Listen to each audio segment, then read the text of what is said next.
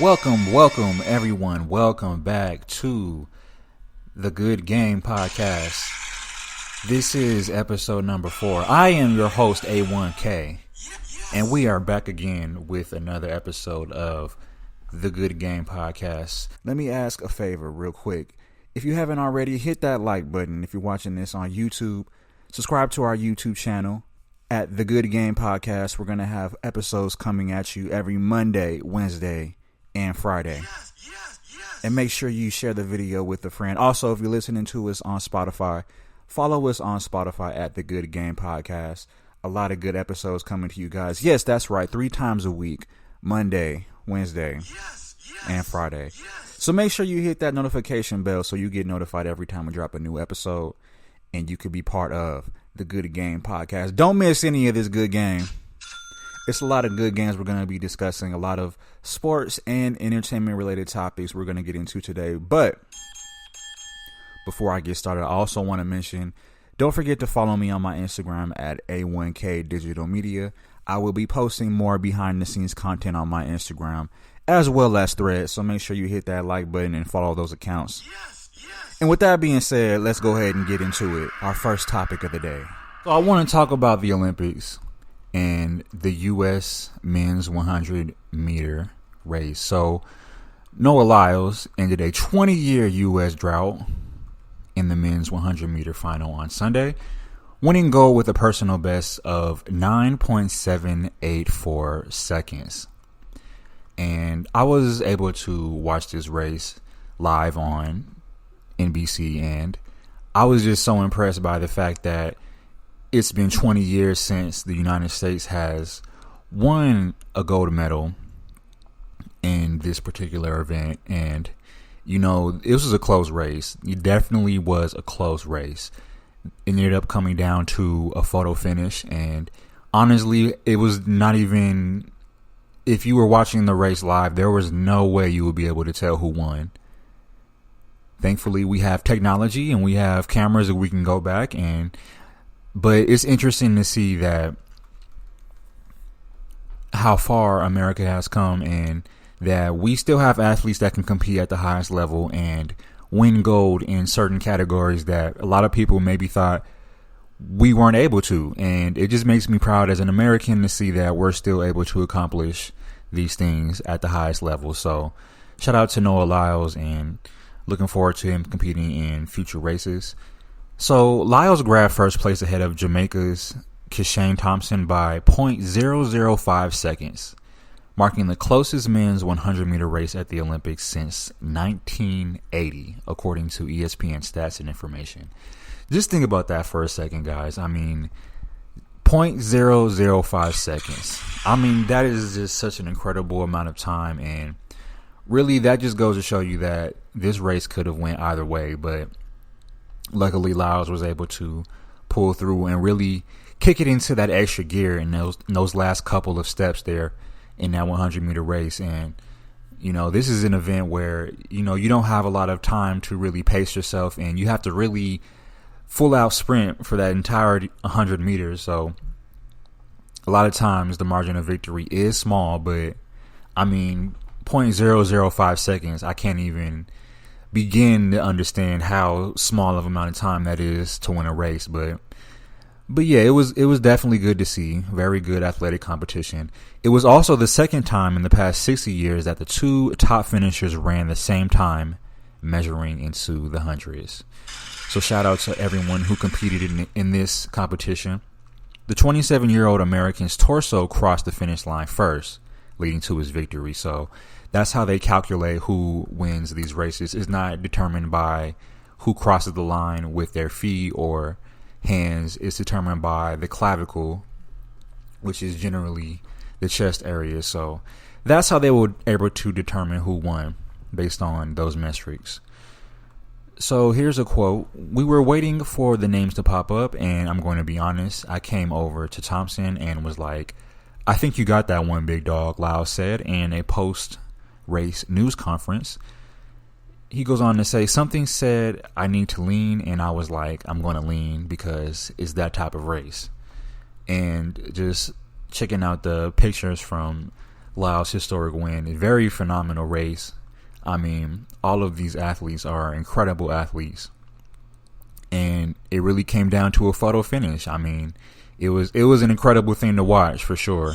And I think the viewership was very pleased, and everyone in attendance was just amazed by the closeness of this race. Lyles didn't lead the race until the final and most important moment. At first glance, it looked like Jamaica's Thompson won the gold, but with the distance closing, Lyles pushed his torso past Thompson at the last second. Majority of the time with these 100-meter races, it does come down to the last second. So it really is about who can make that extra push and really get that last lean in and cross the finish line. And Noah Lyles was able to do that. And it was a great thing to see. Congratulations to him and his family and everyone in attendance supporting him. It took almost half a minute for the official winner of the race to be announced. Lyles and Thompson stood near each other while looking at the video board awaiting the results. Once it was confirmed Lyles won the gold, he lifted his bib to the sky, yelled, "America, I told you, I got this," and ran off to celebrate with his family. And I think that was really the key moment in all of this. That is definitely going to be a moment that is remembered throughout the course of history. You know, it's one thing to win the gold, but this is something that Usain Bolt even said himself. And he told Noah Lyles during an encounter with him in a previous meet, he told him that this is something that the sport needed. He said that the sport needs a personality, and that everything that he's doing with, you know, the showmanship and whatnot, he needs to continue to do, because this is what people want to see. And who will be better to tell him that than Usain Bolt himself? So I think he took those words of wisdom kindly, and I think he took heed to those words of consultation, and definitely has shown up to be one of the premier athletes in the United States. So shout out to him. Congratulations to Noah Lyles. And with that being said, let's go ahead and get into our next topic.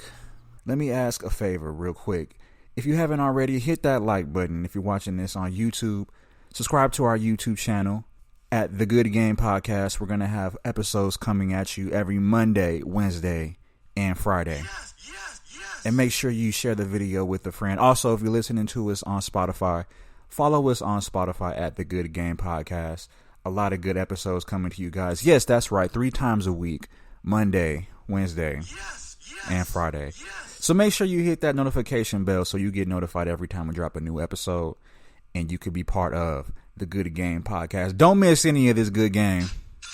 It's a lot of good games we're going to be discussing, a lot of sports and entertainment related topics we're going to get into today. But before I get started, I also want to mention, don't forget to follow me on my Instagram at A1K Digital Media. I will be posting more behind the scenes content on my Instagram as well as Threads. So make sure you hit that like button and follow those accounts. And with that being said, let's go ahead and get into it. 2024 Olympic knockout preview. We're going to look at some of the teams in the men's basketball side. So this week begins the next phase of what might be the most competitive international basketball tournament ever, with unprecedented depth of talent reaching the 2024 Paris Olympic quarterfinals. So let's start with the fact that there are 6 NBA most valuable players with a total of 13 trophies. Let's just take that into consideration for a second. So we are going to watch 6 players who have NBA MVP trophies. One of those players being a LeBron James. Also accompanying him, Nikola Jokic, Stephen Curry, of course, Giannis Antetokounmpo, Kevin Durant, and Joel Embiid, and many, many more. So I've said it before, I'll say it again. This men's USA basketball team, I don't want to compare this to the teams of the 90s with Jordan and the Dream Team and all those legendary Olympic teams, because to be honest, USA men's basketball has always been pretty much the best. Even when they were losing to other countries in certain periods of time, we still were always within the top rankings. But for us, because we are the United States and we did kind of popularize and invent the sport, we feel like we are the country that needs to win gold every Olympics. And I think that's what we'll do this year. I think we don't have any major hindrances. I mean, luckily, the talent pool is so deep that even if there is an unforeseen injury and one or two guys can't play, there's plenty enough talent to go around to where these guys can figure out how to get it done. Four of the five first-team All-NBA players from last season, Jokic, Antetokounmpo, Jason Tatum, and Shai Gilgeous-Alexander, are in the race for gold. And then add 7 of the 10 players who made second and third team All-NBA, James, Curry, Durant, Anthony Davis, Devin Booker, Halliburton, Anthony Edwards. Reigning NBA Rookie of the Year, Victor Wembanyama, and defensive player Rudy Gobert headline France's team. Even by Olympic standards, this assembly of talent is remarkable. Here is a look at the remaining team's biggest strengths and weaknesses as they jostle for a coveted spot on the Olympic Stadium. Team USA obviously has a lot of strengths here with the players such as Kevin Durant, LeBron James, Anthony Davis, Stephen Curry, and honestly, not too many weaknesses. If anything, rebounding could be a small weakness due to the fact that a lot of our quote-unquote bigs or centers don't have a lot of natural height. In Anthony Davis, Bam Adebayo, being just around or under 7 foot tall, and Joel Embiid, who is a verified 7-footer, he is just one person, and he would probably be the only person who could be considered a true center or a true 5 on this roster. Now, they have guys who definitely can play that position in certain small ball lineups. It makes sense to have, maybe, Anthony Davis play the 5. You can even have Kevin Durant play the 5 at times, but there's always going to be a need for that true center and that true big to go down there and get you those boards. So, if anything, that would be the one weakness I see with Team USA. We look at teams like Canada. Obviously, they have some excellent players such as Dylan Brooks, Luguentz Dort, Gilgeous-Alexander. I definitely like some of the players on this team. These are guys who are known to be very good defensively and also can hit down and also can knock down some three-point shots. So, you definitely have to keep an eye out for those guys. They do have a little bit of a weakness in inconsistency. Of course, rebounding. I think a lot of teams are going to struggle with rebounding due to the fact that there just aren't that many 7-footers in the competition per se. But, I think that it's going to come down to how well they shoot the ball and whether they can keep a healthy percentage. A lot of ball movement is going to need to take place within the front court for sure. Because, when you look at the way Canada is constructed, they're a team that their leading scorer only scores about 19 points per game. Excuse me. Their leading scorer only scores about 21 points per game. So they're going to need a lot of help to generate points and generate offense from other players. And I'm also looking at a team in Germany who obviously they have some great chemistry on their side. Also very, very strong defensive team. This team has yet to give up more than 77 points in a game, which is just another testament to how defensive this German basketball team is. With players such as Dennis Schroeder, the Wagner brothers, Franz and Mo Wagner, are both vital on both ends of the court, but they do tend to get in some foul trouble, so they do have to make sure they keep an eye out on that. Franz Wagner actually takes the second most three-pointers on the team at more than 6 per game, but he's only hitting about 21% after shooting just 28% on threes for the Orlando Magic last season. So they definitely want to see more production from him. Hopefully, if Canada wants to advance deeper in this competition, they're going to need their best players to step up and contribute to a victory. And I think they'll be an interesting team to watch. I'm also looking at this Serbia team. Of course, they have MVP Nikola Jokic. This is a pretty decent team on paper. Their play is reflected by its 25.7 assists a game, second only to the USA. Bogdan Bogdanovic can be a difference maker for sure. He's having a good Olympics, averaging about 19 points on 54% shooting. And overall, Serbia has the tournament's second best offense behind Team USA. So this is a team that the USA definitely have to look at as the biggest threat in the competition, as far as at least offensively. Now, they are somewhat average as far as speed and versatility. So in fast-paced games, they may be more at a disadvantage than teams who are used to playing fast and can run more in transition, fast break offenses.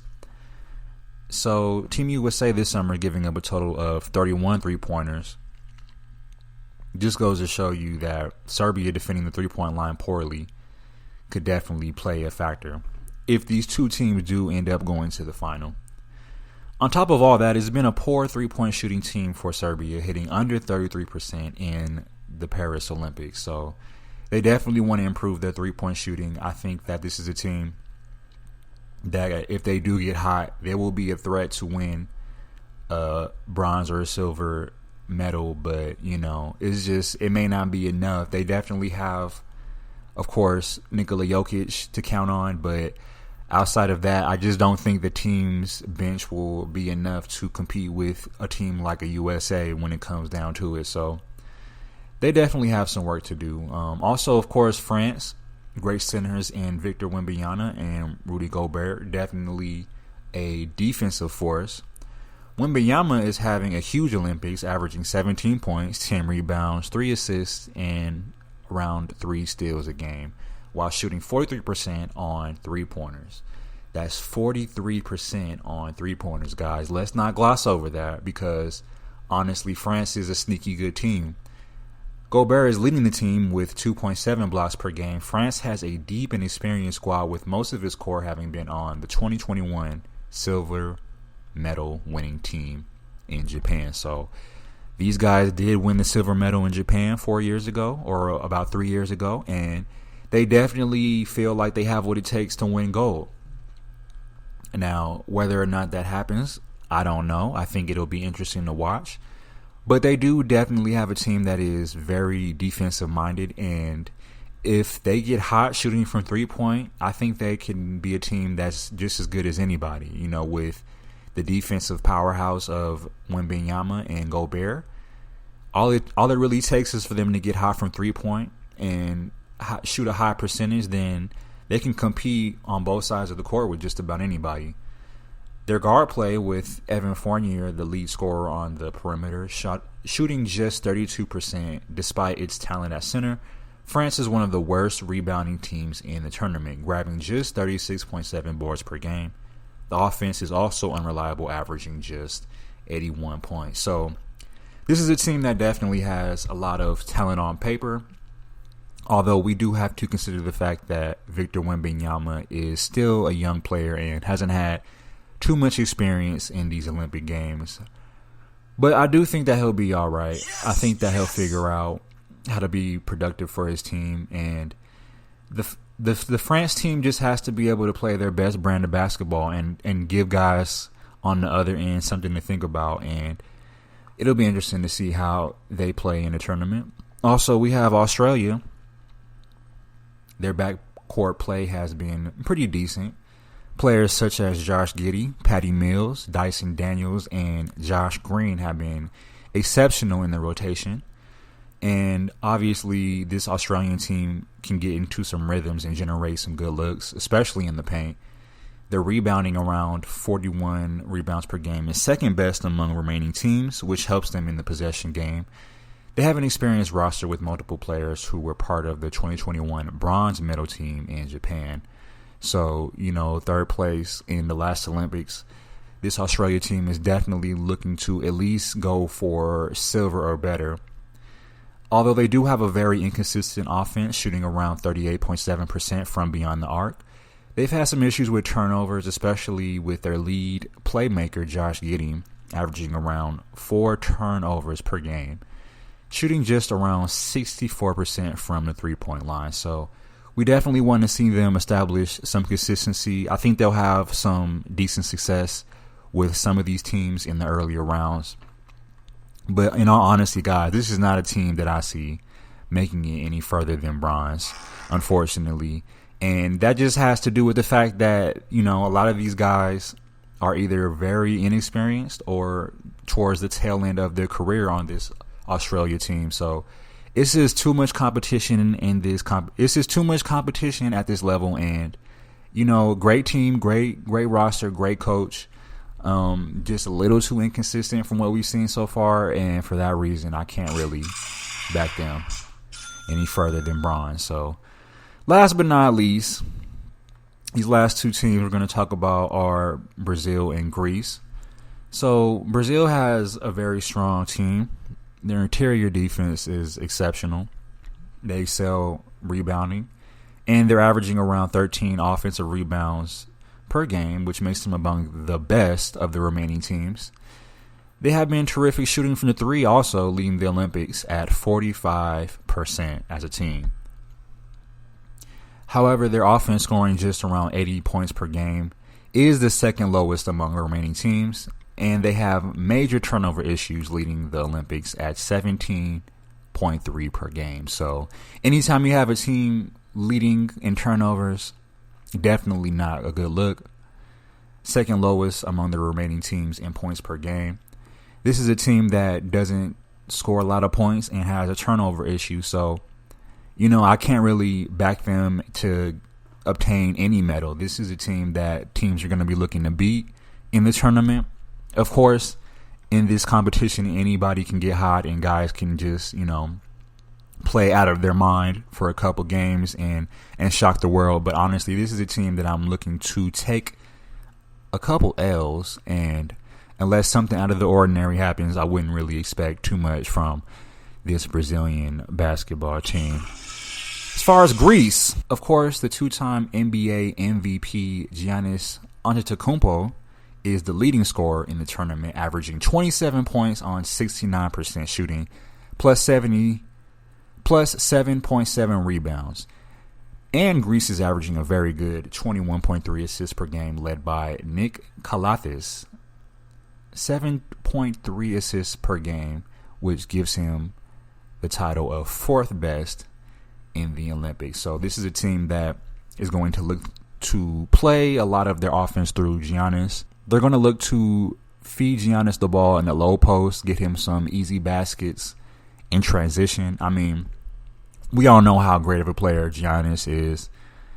And he's one of those players where you can know what he's going to do offensively, but there's not a lot you can do to stop it. So a lot like Shaquille O'Neal in that regard. Obviously, he's not the same player as Shaq was. He's not the same dominant big as Shaq was. He's, of course, more of a traditional power forward. So with that being said, I think if teams playing Greece can figure out a way to neutralize Giannis as he drives to the rim, if they can throw some double, triple teams at him and force other people on the team to try to shoot and make a play, then that really is the best bet for them, and that's how I would look to play that. So that is your breakdown, ladies and gentlemen. With that being said, so that will do it for this episode of the Good Game Podcast. If you have not already, hit that like button, hit that subscribe button, and make sure you follow us on Spotify at the Good Game Podcast. We will be dropping new episodes every Monday, Wednesday, and Friday. So don't be afraid. If you haven't missed the episode, go ahead and check some of our other episodes. Give those episodes a like. Share those episodes with a friend. Make sure you follow me on Instagram at A1K Digital Media. We will have content dropping behind the scenes on Instagram as well as Threads. So make sure you do that one time. And if you like this episode, hit that like button. Hit that subscribe button. Make sure to tune in next time. And until next time, peace.